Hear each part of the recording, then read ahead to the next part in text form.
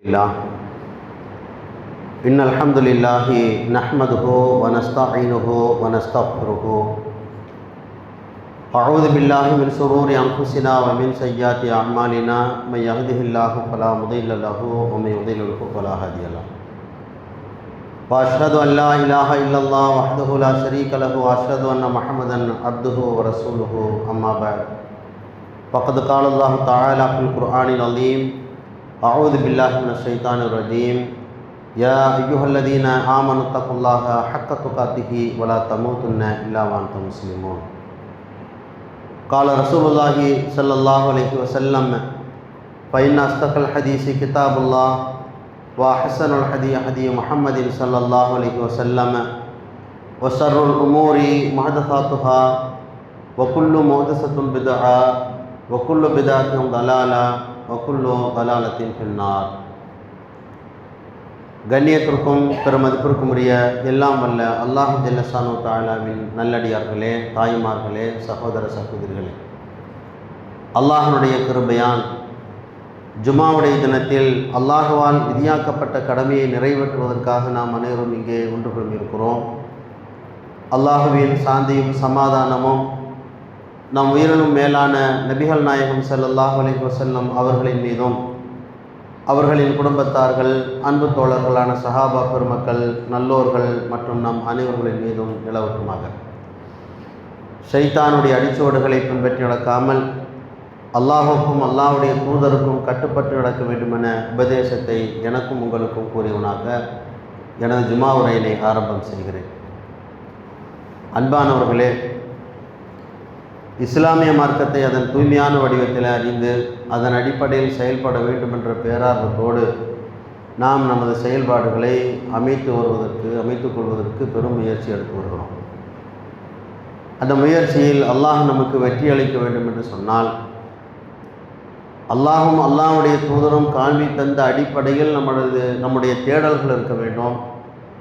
தேடிய விவரங்களை நமது வாழ்க்கையிலே செயல்படுவதற்கு நாம் முன் முயற்சி எடுக்க வேண்டும். அதற்காக வேண்டி உழைக்க வேண்டும். அதற்குரிய தருணங்களை நாம் ஏற்படுத்தி கொள்ள முயற்சிக்க வேண்டும் என்பதையெல்லாம் நம்முடைய கவனத்தில் கொண்டு வரக்கூடிய வகையில் அல்லாஹ் சுப்ஹானஹு வ தஆலா ஜுமாவுக்கு வரக்கூடியவர்கள் ஜுமாவின் வழியாக இறைவனால் ஏற்படுத்தப்பட்டிருக்கிற ஜுமா உரையின் வழியாக பல்வேறு செய்திகளை கேட்டு நம்மை நாமே சீர்திருத்தி கொள்வதற்கான வாய்ப்பினை அல்லாஹ் ரப்புல் ஆலமீன் ஜுமா நாளிலே, ஜுமா தொழுகையிலே அல்லாஹ் ஏற்படுத்தி வைத்திருக்கிறான். அந்த வகையில் பல்வேறு செய்திகளை ஜுமாவின் வழியாக அறிந்து வருகிற நாம் அல்லாஹோடு தொடர்பு ஏற்படுத்தி கொள்ளக்கூடிய, அல்லாஹை வணங்கக்கூடிய விஷயத்தில், அல்லாஹ்விடத்தில் நாம் துஆ செய்யக்கூடிய விஷயத்தில் நமது செயல்பாடுகளும் எண்ண ஓட்டங்களும் எப்படி இருக்க வேண்டும், எப்படி இருந்து கொண்டிருக்கிறது, அல்லாஹ் நமக்கு சொல்லித்தந்த அடிப்படையில் அல்லாஹ்வுடைய தூதருடைய செயல்பாட்டுக்கு உரிய வகையில் நமது தேடல்களும் வணக்க வழிபாடுகளும் இருக்கிறதா என்று நம்மை நாமே சீர்திருத்தி கொள்ளக்கூடிய வகையில், சுய பரிசோதனை செய்து கொள்ளக்கூடிய வகையில் இன்றைய ஜுமாவிலே அது சம்பந்தமான சில விவரக்குறிப்புகளை உங்களுடைய கவனத்துக்கு நான் தருகிறேன். அல்லாஹ் சுப்ஹானஹு வ தஆலா குர்ஆனிலே அல்லாஹ்வோடு தொடர்புபடுத்தி கொள்ளக்கூடிய மிக முக்கியமான வணக்க வழிபாட்டை குறித்து பேசுகிற வசனங்கள் நிரம்ப இருக்கிறது. அதில் நேரடியாக அல்லாஹ்விடத்தில் பேசக்கூடிய வாய்ப்பு என்பது துஆவின் வழியாக கிடைக்கிறது. ஒரு அடியானுக்கும் அல்லாஹ்வுக்கும் உள்ள நேரடி தொடர்பானது துஆவிலே இருக்கிறது என்கிற கருத்துப்பட குர்ஆனிலே அது சம்பந்தமான விஷயங்களை, வசனங்களை அல்லாஹ் ரப்புல் ஆலமீன் சொல்லி விளக்கி தருகிறான். அது மட்டுமில்லை, அந்த வசனங்களுக்கு என்ன விளக்கம் தர வேண்டுமோ அது குறித்து ரசூல் ஸல்லல்லாஹு அலைஹி வஸல்லம் அவர்கள் செயல்படுத்தி நமக்கு காட்டியிருக்கிறார்கள். அந்த அடிப்படையில் வணக்க வழிபாடுகளிலே தலை சிறந்த வணக்கமாக கருதப்படுவது துஆ என்று சொல்லக்கூடிய பிரார்த்தனை தான் இஸ்லாம் மிக அழுத்தமாக சொல்லித் தருகிறது. துஆவின் வழியாக அல்லாஹ்வை நெருங்குவதற்கும் அல்லாஹ்வோடு பேசுவதற்கும் நாம் அல்லாஹ்வுடைய அடிமை என்று நம்மை நாமே ஒத்துக்கொள்வதற்கும் அல்லாஹ் தான் எஜமானன் என்கிற அந்த ஒருமைப்பாட்டை, ஏக இறைவனை நாம் ஏற்றுக்கொள்கிற அந்த உணர்வை அதிகப்படுத்தி கொள்ளக்கூடிய வகையிலும் இந்த துஆவுடைய இந்த இபாதத்து அமையப்பெற்றிருக்கிறது என்கிற கருத்திலே அல்லாஹ் ரப்பல் ஆலமீன் குர்ஆனிலே பல்வேறு வசனங்களிலே சொல்லித் தருகிறார்.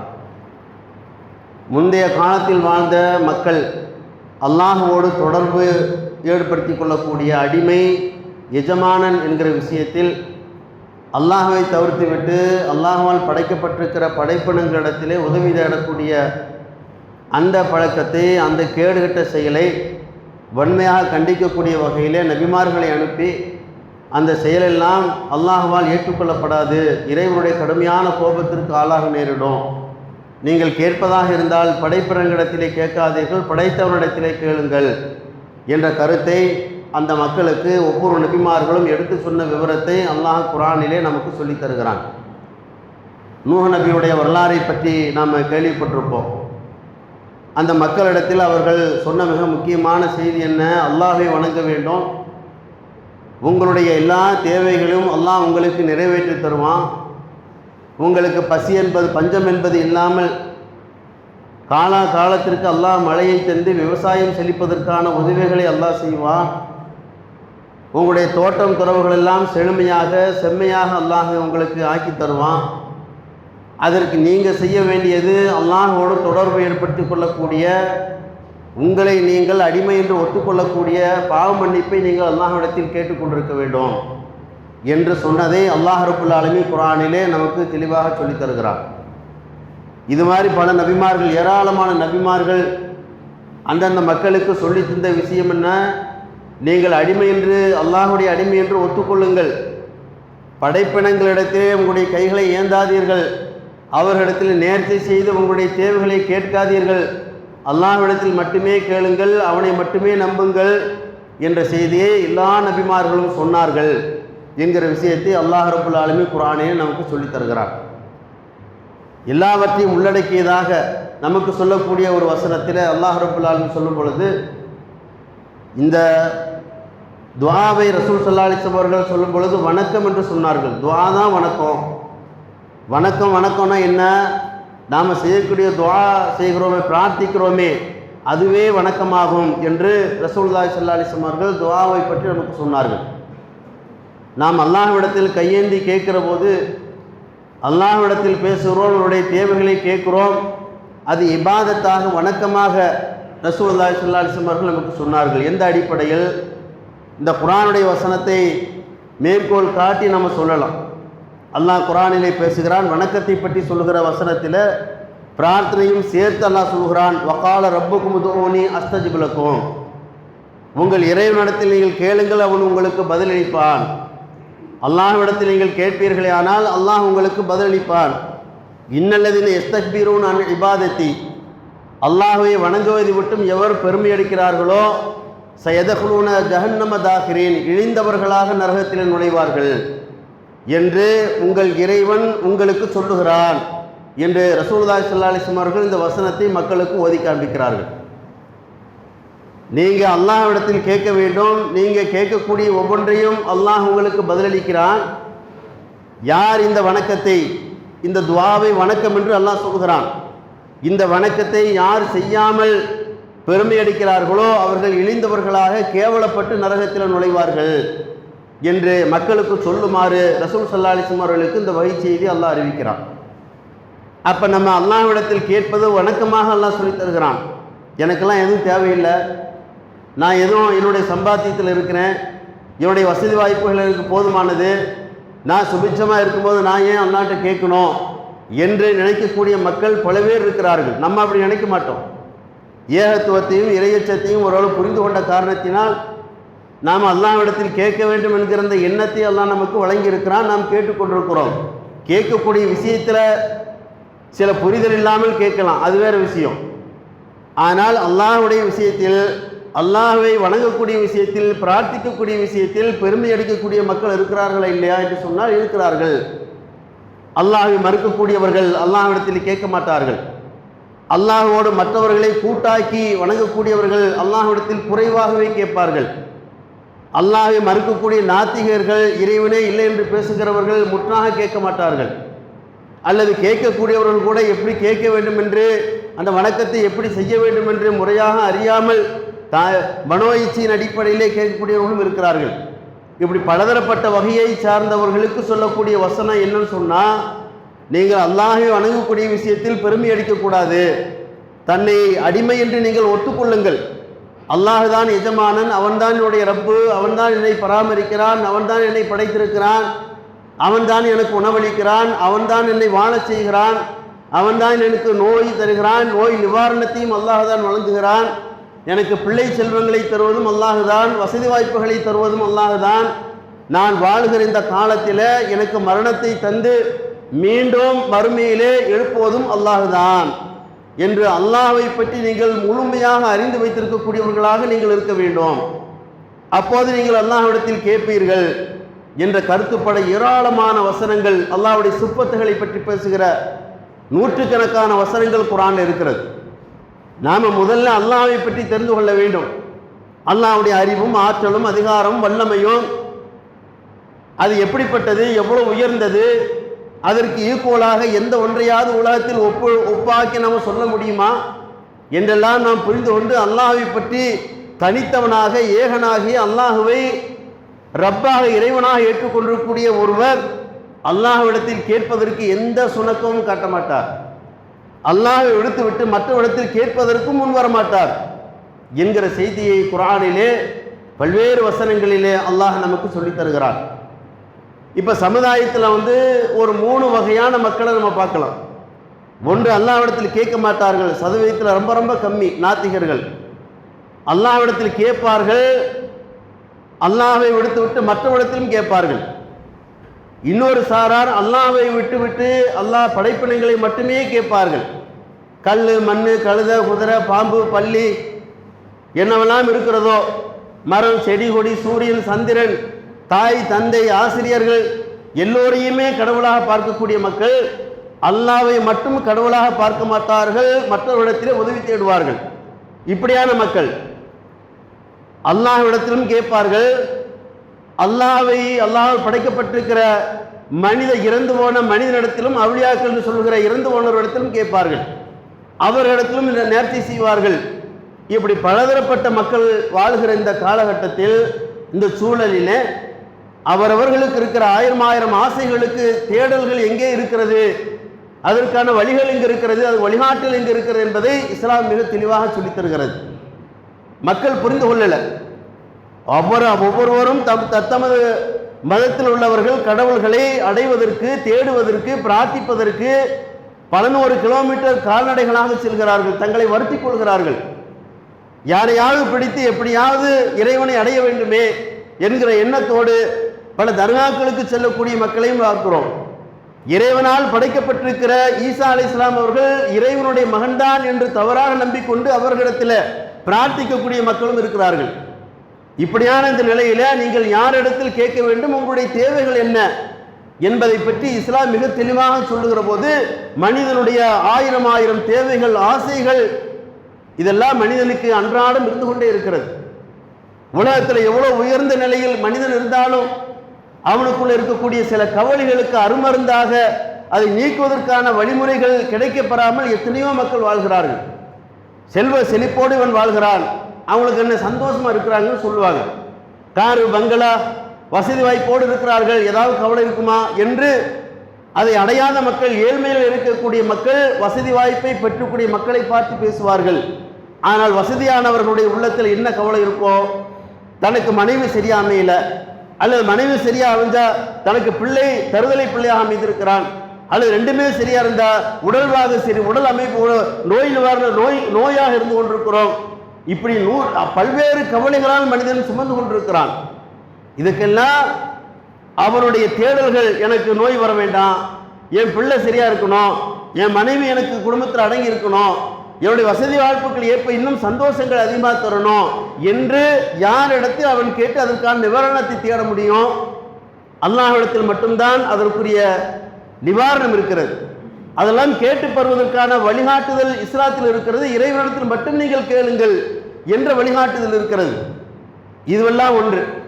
ஏழைகளுக்கு பொறுத்த வரைக்கும் பணக்காரர்களை விட 1000 ஆசைகள் கூடுதலாக இருக்கும்.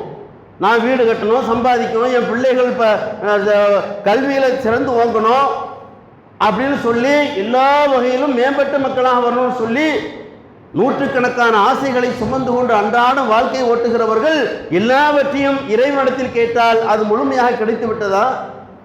பசி இல்லாத வாழ்க்கை, பயமில்லாத வாழ்க்கை, என் பிள்ளைகளுக்கு அருமை நல்ல கல்வி, எனக்கு சொந்த வீடு, காரு, இப்படியா எனக்கு இருக்கணும் இறைவா என்று கேட்டவர்களுக்கெல்லாம் அல்லாஹ் வாரி தந்து விட்டானா?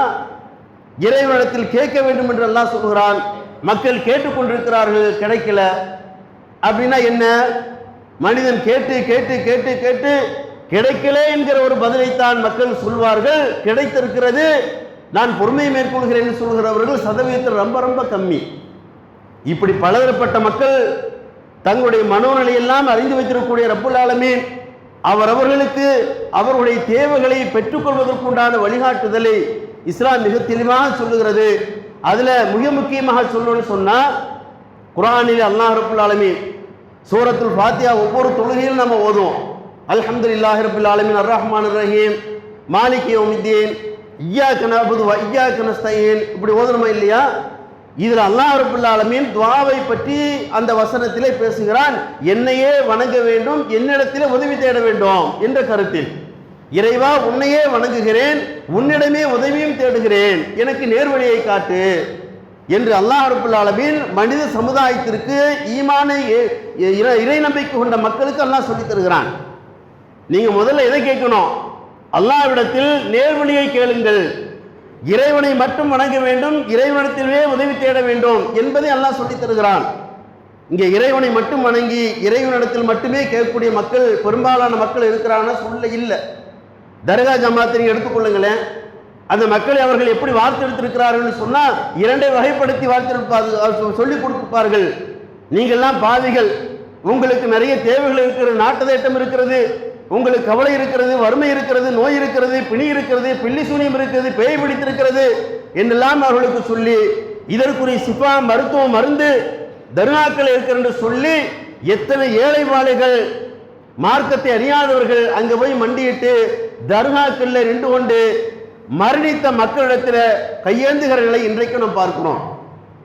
இப்படி செய்தால் இறைவன் அதை ஏற்றுக்கொள்வானா? இஸ்லாமிய அடிப்படை நம்பிக்கை கொண்டவர்களுக்கு நன்கு தெரியும், அல்லாஹ்வை தவிர வேறு யாரிடத்திலும் கேட்கக்கூடாது, கேட்டால் துஆ ஏற்றுக்கொள்ளப்படாது. ஆனால் வெகுளியான மக்கள், மார்க்கத்தை அறியாதவர்கள், இஸ்லாத்தை தெரியாதவர்கள் தப்பும் தவறுமாக அவர்களுக்கு சொல்லித்தரப்பட்டு அவர்கள் அவுலியாக்களிடத்திலே கையேந்துகிறார்கள். இறந்து போன மக்களிடத்தில். இறந்து போனவர்களை பற்றி அல்லாஹ் என்ன சொல்லித் தருகிறான்? வல்லதீன ததூன மின் தூனிஹி லா யஸ்உரூன் லா யஸ்தீஊன நஸ்ரகும். அல்லாதவர்களை தவிர மற்றவர்களிடத்திலே கையேந்துகிற போது, துஆ செய்கிற போது அவர்கள் உங்களுக்கு எந்த உதவியும் செய்ய முடியாது, செய்ய மாட்டார்கள், செய்ய இயலாது. வல அன்புசதும் யன்சுரூன், அவர்களுக்கு அவர்களாகவே உதவி செய்ய முடியாது என்று அல்லாஹ் சொல்லித் தருகிறான்.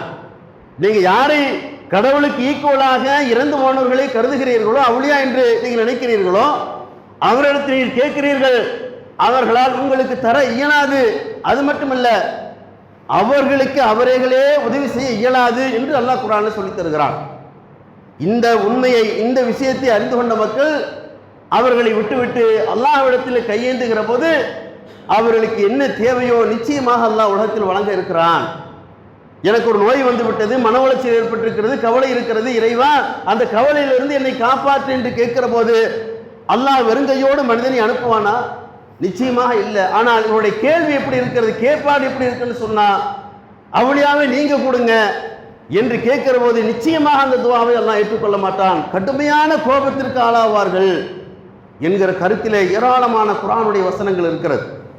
ஆனால் பெரும்பாலான முஸ்லிம்கள் இன்றைக்கும் தர்காக்களோடு பயணிக்கக்கூடியவர்கள், அதோடு ஒன்றி இருக்கக்கூடியவர்கள் இந்த பிரார்த்தனை இப்படித்தான் செய்து கொண்டிருக்கிறார்கள். இஸ்லாம் இதை வன்மையாக கண்டித்து, நீங்கள் அல்லாஹ்விடத்தில் மட்டுமே கேளுங்கள், அவன்தான் உங்களுக்கு எல்லா வகையான உதவிகளையும் செய்யக்கூடியவன், அவன்தான் உங்களை படைத்தான் என்று சொல்கிற வசனங்கள் எல்லாம் சொல்லி மக்களை பண்படுத்துகிற நூற்றுக்கணக்கான வசனங்கள் குர்ஆனில் உண்டு.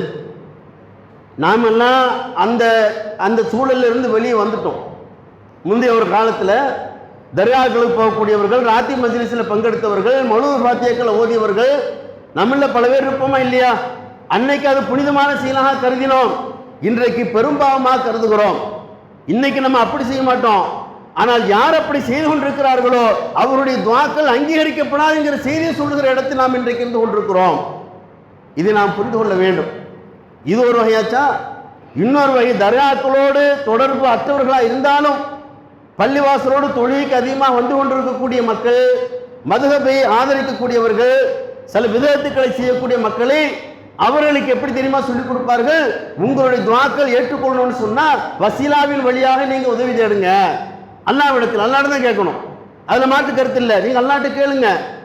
ஏன்னா உங்களுக்கும் அல்லாஹ்வுக்கும் ஒரு தொடர்பு ஏற்படுவதற்கு நீங்கள் ஆயிரம் பாவம் செய்தவர்கள், உங்களுடைய துஆக்கள் ஏற்றுக்கொள்ளப்படலன்னு சொல்லி நினைக்கிறீங்க இல்லையா, நீங்க வசீலாவின் வழியாக துஆ செய்யுங்கன்னு சொல்லி இன்னொரு வழியாக கற்றுக் கொடுப்பார்கள். வசீலானா என்ன? குர்ஆனில் அல்லாஹ் சொல்லித் தருகிறான், யா அய்யுஹல்லதீன ஆமனு, அதாவது இறை நம்பிக்கையாளர்களே, வபுத்தகு இலைஹில் வசீலா, அல்லாஹ் வசீலாவை கொண்டு நீங்கள் இறைவன் நெருங்க வேண்டும் என்ற கருத்தில் அந்த வசனத்தை அல்லாஹ் சொல்லுகிறான். போரை பற்றியும் போர்க்களத்தை பற்றியும் இறைவனோடு தொடர்பு கொள்கிற விஷயத்தை பற்றியும் பேசுகிற வசனம் அது. அந்த வசனத்தை மக்களுக்கு எப்படி சொல்கிறார் என்று சொன்னால், வசீலா என்கிற சாதனத்தின் வழியாகத்தான் நீங்கள் இறைவனை நெருங்க முடியும். வசீலானா என்ன? கீழே தண்ணி, மேலே அதுக்கு மேலே நம்மளாம் பயணிக்க முடியாது, ஒரு கப்பல் இருக்கிறோமா இல்லையா, கப்பல் என்பதுதான் வசீலா. நீங்கள் இறைவனை அடைய வேண்டும், இறைவனத்தை கேட்கணும்னு சொன்னால் அவ்வளோ சாதாரணமான விஷயம் இல்லை.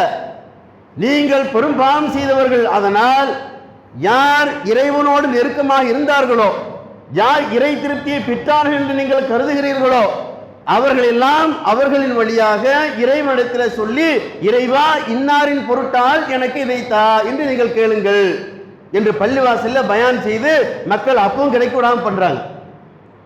வசீலாவின் வழியாக யாராவது தேடி அல்லாஹ் தருவானா? இறைவா எங்கள் ரசூல் ஸல்லல்லாஹு அலைஹி வஸல்லம் அவருடைய பரக்கத்தால் எனக்கு இதை கொடு, எங்க ஊர்ல நாகூரார் பாதுஷாவுடைய பரக்கத்தால் எங்களுக்கு இதை கொடு, சாலமை பாதுஷாவுடைய வழியாக இதை கொடு என்றெல்லாம் நீங்கள் கேளுங்கள் என்று சொல்கிறார். ஏன்? அவர்கள் நல்லவர்கள், புனிதர்கள், அவர்கள் அல்லாஹ் பொருந்தி கொண்டிருக்கிறான். உங்களுக்கு நல்வாழ்வு கிடைக்கணும்னு சொன்னால் இவர்களை பிடித்து அல்லாஹ்வை நீங்கள் அடையுங்கள் என்று மக்களுக்கு தப்பாக சொல்லிக் கொடுக்கிற போது இப்படி ஆயிரக்கணக்கான மக்கள் பள்ளிவாசல்ல உட்கார்ந்து இன்றும் ஓதிக்கொண்டிருக்கிறார்கள்.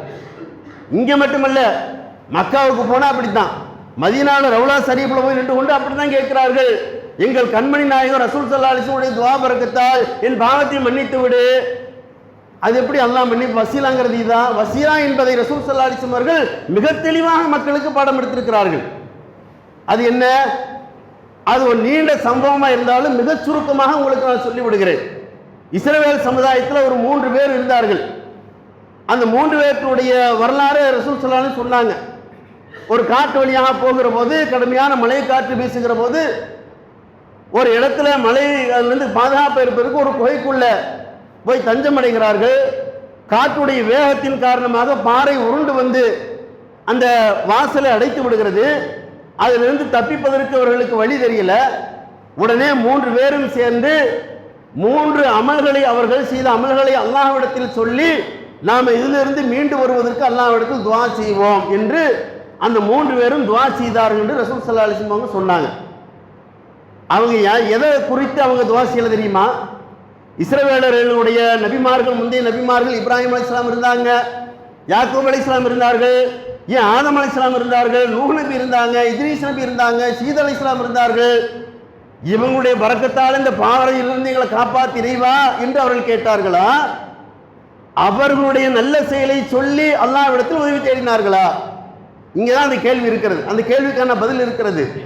அப்ப 3 பேரும் தங்களுடைய நல்ல செயலை சொல்லி அல்லாஹ்விடத்தில் கேட்டார்களாம். ஒருவர் தன்னுடைய சொந்தக்கார பெண்ணை தவறான முறையில் அடைவதற்காக வேண்டி முயற்சித்துக் கொண்டிருந்த அந்த காலகட்டத்தை அவர் சொல்லி, அதற்கான வாய்ப்பு கிடைக்கிற போது அந்த பெண்ணிடத்தில் கொஞ்சம் காசையும் கொடுத்து விபச்சாரத்துக்கு முனையக்கூடிய அந்த தருணத்தில் அல்லாஹ்வை பயந்து கொள் என்ற அந்த பெண் சொன்னால், இறைவா உன்னை அஞ்சி அந்த பாவத்திலிருந்து உடனே நான் விலகிவிட்டேன். இது விரிவா இருக்கும் ஹதீஸ், நான் சுருக்கமாக சொல்றேன். அதிலிருந்து நான் விலகிவிட்டேன். அதனால் இந்த செயல் உன்னை அஞ்சி நான் செய்திருந்தால் இந்த பாறையிலிருந்து எங்களை காப்பாற்று, குகையிலிருந்து காப்பாற்று சொல்லி ஒருவர் துஆ செய்கிறார். கொஞ்சம் நகருகிறது, ஆனால் வெளியில் வர முடியல. அடுத்து இன்னொருவர் துஆ செய்கிறார், இறைவா என்னிடத்தில் ஒரு பணியாளர் வேலைக்கு இருந்தார், அந்த பணியாரை வேலை செய்து விட்டு சம்பளம் கேட்டாரு. அந்த சம்பளம் பத்தலைங்கிற ஒரு பிரச்சனை வருகிற போது நான் சம்பளம் வேணான்னு போயிட்டார். கொஞ்ச நாளுக்கு பிறகு திரும்பி வருகிறார். அன்னைக்கு ஒன்று வேலை செஞ்சேன் இல்லையா, அந்த கூலியை கொடு அப்படின்னு சொல்லி வந்து கேட்டு வருகிறார். இவர் என்ன செய்யறாரு, அவருடைய கூலியை கொள்முதல் செய்கிறார். ஆடு மாடு இப்படிலாம் கொள்முதல் செய்து அந்த ஆடு மாடு பண்ணைகளாக பெருமளவுக்கு எல்லாம் பறக்கத்தாக்கி வைத்து விட்டான். அப்ப இவர் வந்து கேட்கும் போது, இதுதான் உன்னுடைய சம்பளத்தால் நான் கொடுத்து சேமித்து வைத்த பொருட்கள் அப்படின்னு சொல்லி அதை அவரிடத்தில் ஒப்படைத்தேன். அவருடைய காசை நான் சாப்பிடல. இந்த செயலை நீ பொருந்தி கொண்டு இறைவா நல்ல செயலாக இருந்தால், உன்னை 5 நாள் செய்திருந்தால் இங்கிருந்து காப்பாருன்னு சொல்லி 2வது ஒருத்தர் துவா செய்கிறார். இன்னும் கொஞ்சம் விலகுகிறது, ஆனா முழுசா வெளியில் வர முடியல. 3வது ஒரு நபர் துவா செய்கிறார், இறைவா எனக்கு வயதான தாய் தந்தையர்கள் இருந்தாங்க, அவர்களுக்கு என் பிள்ளைகளுக்கு நான் உணவு கொடுப்பதற்கு முன்னால் காலையிலிருந்து இரவு வரைக்கும் உழைச்சிட்டு வந்தா அந்த கொண்டு வரக்கூடிய உணவு, பானம், பால் இதெல்லாம் தன்னுடைய தாய் தந்தைகளுக்கு கொடுத்துட்டு தான் பிள்ளைகளுக்கு கொடுக்கக்கூடிய வழக்கம். ஒரு முறை அவர்கள் தூங்கி விட்டார்கள். அப்போ தூங்கின பிறகு அவர்கள் எழுப்பிடுவதற்கு எனக்கு மனம் வரல, காலையில் அவர்களுக்கு அந்த உணவை விழித்த உடனே கொடுத்தேன் என்று சொல்லி தாய் தந்தையர்களை பராமரித்ததை குறித்து அல்லாஹ்விடத்தில் அவர் சொல்லுகிறார். எங்க இந்த இக்கட்டான சூழலிருந்து காப்பாற்ற இறைவா சொன்ன உடனே முற்றாக பாறை விலகுகிறது. அங்கிருந்து காப்பாற்ற வெளியே வந்தார்கள் சொல்லி ரசூல் ஸல்லல்லாஹு அலைஹி வஸல்லம் நமக்கு சொல்றாங்க. இதுதான் வசீலா. இந்த வசீலா நம்மகிட்ட இல்லையா? நம்ம தொழுதுருப்போம், நோன்பு வச்சிருப்போம், ஜக்காத்து கொடுத்துருப்போம், ஏன் தீமையான விஷயத்திலிருந்து விலகி இருப்போம். நம்மள பல பேர் சாராயம் குடிக்காம இருந்திருக்கும் இல்லையா, கஞ்சா குடிக்காம இருந்திருக்கும் இல்லையா? இதை சொல்ல நான் இல்லாட்ட, இறைவா நான் சாராயம் குடிக்கல, இறைவனான் சூதாடவில்லை, இறைவன் வட்டி வாங்கி நான் உண்ணவில்லை, நான் கொலை செய்யவில்லை, எந்த பாவத்தையும் செய்யல, என்னை மன்னித்து விடு, இவனுடைய தேவைகளை நிறைவேற்றும் சொல்லி கேட்பதுதான் வசீலா என்று ரசூல் ஸல்லல்லாஹு அலைஹி வஸல்லம் அவர்கள் அந்த கருத்தை நமக்கு புரிய வைக்கிறார்கள். ஆனால் பல பள்ளிவாசல்களில் அதை சொல்லித் தரலையே. வசீலானா ஏற்கனவே மௌத்தா போனவங்களை பிடிச்சு நீங்க அல்லாஹ்ட்ட பேசுங்க என்று சொல்லுவது இறைவனால் அந்த துவா ஒப்புக்கொள்ளப்படாது, ஏற்றுக்கொள்ளப்படாது என்பதை நாம் மிக தெளிவாக புரிந்து கொள்ள வேண்டும். அப்ப 2 வாசலும் அடைக்கப்பட்டிருக்கிறது. ஒன்று இணை வைப்பின் வழியாக அல்லாஹ்வை நெருங்கினால் நிச்சயமா அல்லாஹ் நமக்கு உதவி செய்ய மாட்டான். இன்னொன்று வசீலாவின் வழியாக யானையாவது பிடிச்சு அல்லாட்ட யாராவது ரெக்கமெண்ட் பண்ணி அல்லாஹ் நம்மோடு உனக்கு உதவி செய்வான் என்கிற அந்த கான்செப்டும் இஸ்லாத்தில் நிராகரிக்கப்பட்டது, கண்டனத்திற்குரியது, அல்லாஹ் ஏற்றுக்கொள்ள மாட்டான் என்றும் நாம் தெளிவாக புரிந்து கொள்ள வேண்டும். 3வது என்னன்னு சொன்னா, இப்ப நம்ம நிலை இப்ப எடுத்துக்குவோம். நாம் எல்லாம் துவா செய்யறோம் இல்லையா, நிறைய துவா செய்வோம். நம்ம இணை வைக்கல, பிதாத்துக்களை செய்யல, பல விஷயங்களை நம்ம கவனமா இருக்கிறோம். ஆனாலும் நம்முடைய தேவைகள் நிறைவேறலையே அப்படின்னு நமக்குள்ள ஏராளமான ஆதங்கம், கவலை இருக்கிறது, கஷ்டம் இருக்கிறது, வறுமை இருக்கிறது, செல்வ செழிப்பு வரல, நோய் நொடி, என்ன வாழ்க்கை அப்படிங்கிற மாதிரி விரக்தியினுடைய உச்சத்துக்கே செல்லக்கூடிய அளவுக்கு நம்மள பல பேர் ஏங்கிக் கொண்டிருக்கிறோமே. நம்முடைய துஆக்களை அல்லாஹ் ஏற்றுக்கொள்ளாமல் விட்டு விட்டானா அல்லது ஏற்றுக்கொள்ளாமல் விடுவதற்கு என்ன காரணம்? இது நாம் தெளிவாக புரிந்து கொண்டோம் என்று சொன்னால் நிச்சயமாக அல்லாஹ் நமக்கு ஒரு பெரிய மாற்றத்தை ஏற்படுத்தி தருவான்.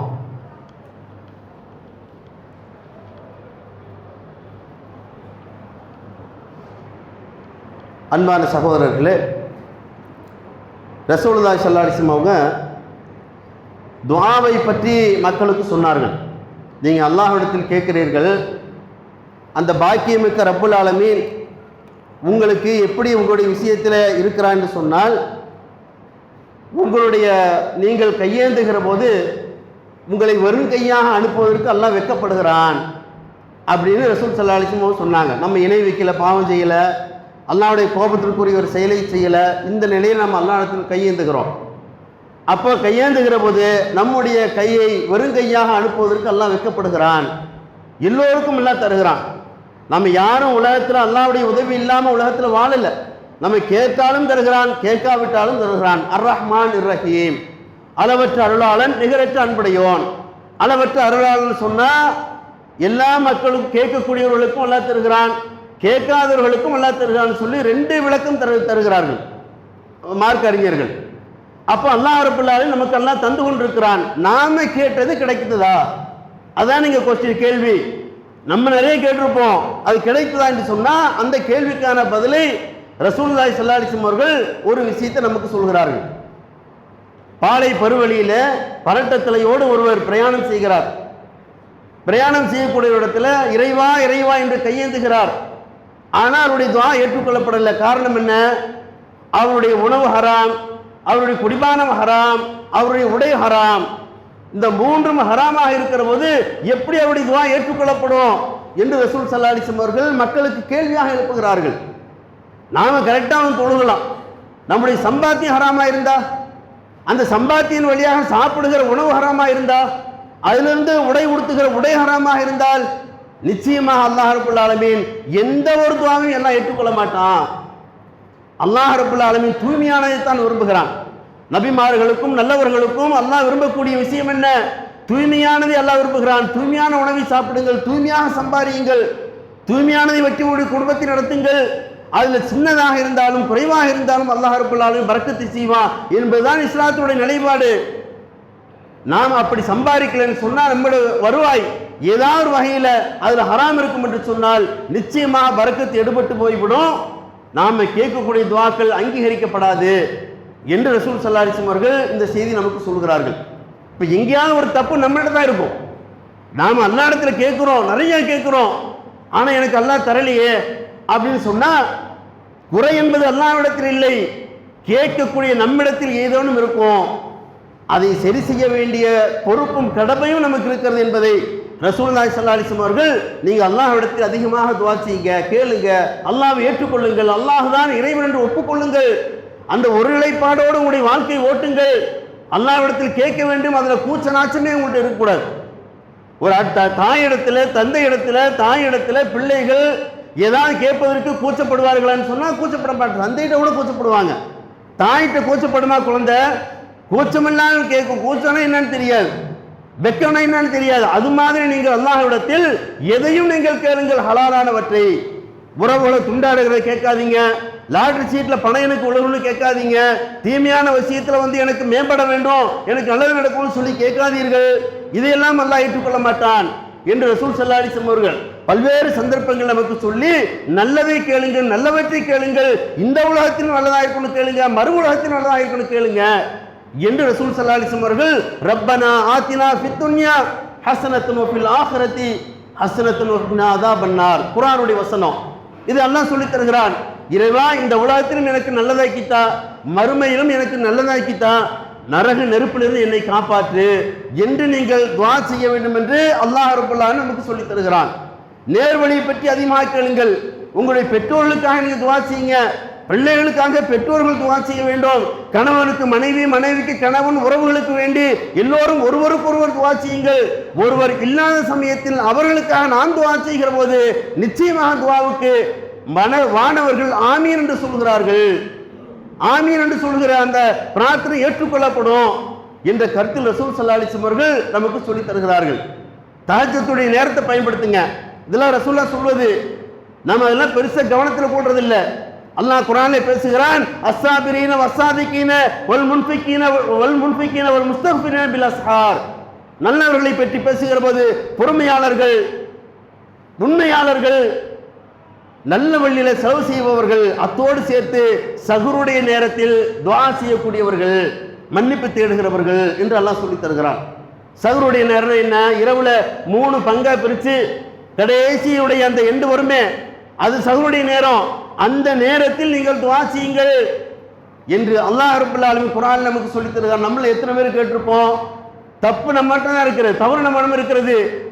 அல்லாஹ்விடத்தில் அதிகமாக கேட்க வேண்டும், மனசு விட்டு கேட்கணும், இஹ்லாஸோடு உளப்பூர்வமாக கேட்க வேண்டும். கேட்கிறவங்க உங்களுடைய துஆக்கள் அங்கீகரிக்கப்படாமல் அங்கீகரிக்கப்படும். இன்னும் சொல்ல போனார், ரசூல் ஸல்லல்லாஹு அலைஹி வஸல்லம் அவர்கள் சொன்னார்கள், ஒவ்வொரு இரவிலும் அல்லாஹ் முதல் வானத்தில் இறங்கி என்னிடத்தில் கேட்பவர்கள் உண்டா, என்னிடத்தில் மன்னிப்பு தேடுபவர்கள் உண்டா என்றெல்லாம் அல்லாஹ் தினந்தோறும் கேட்டுக்கொண்டிருக்கிறான் என்று ரசூல் ஸல்லல்லாஹு அலைஹி வஸல்லம் அவர்கள் சொன்னார்கள். அந்த நேரம் சஹருடைய நேரம். நம்ம ஏன் அந்த நேரத்தை தஹஜ்ஜுத் தொழுதுட்டு அல்லாஹ்ட்ட கேட்கக்கூடாது? நல்லது கேட்கிற போது அல்லாஹ் வெறுங்கையோடு அனுப்புவானா? நிச்சயமாக அனுப்ப மாட்டான். இன்னும் நமக்கு தெளிவாக சொன்னார், ரசூலுல்லாஹ் சொன்னார்கள், அல்லாஹ் ரப்பல் ஆலமீன் இந்த உலகத்தில் சில பேருக்கு கேட்டது இங்கே தருகிறான், சில பேருக்கு காலந்தாத்தி தருகிறான், சில பேருக்கு அல்லாஹ் இங்கே தரவே மாட்டான், மறுமையில உங்களுக்கு தந்து விடுகிறான் யாருக்கும் எல்லாம் குறை வைக்க மாட்டான், எல்லோருக்கும் தருவான். இங்கே நமக்கு கிடைக்கக்கூடாது, கிடைத்தால் மறுமை வாழ்வு நாசமாகும் என்று அல்லாஹ் கருதினால் மறுமையில தருவான். இப்ப நமக்கு கிடைக்கூடாது, 2 வருஷம் கழிச்சு தான் கிடைக்கணும் அல்லாஹ் நாடினால் அது நமக்கு நலமாக இருக்கும் என்று சொன்னால் 2 வருஷத்துக்கு பிறகு தருவான்.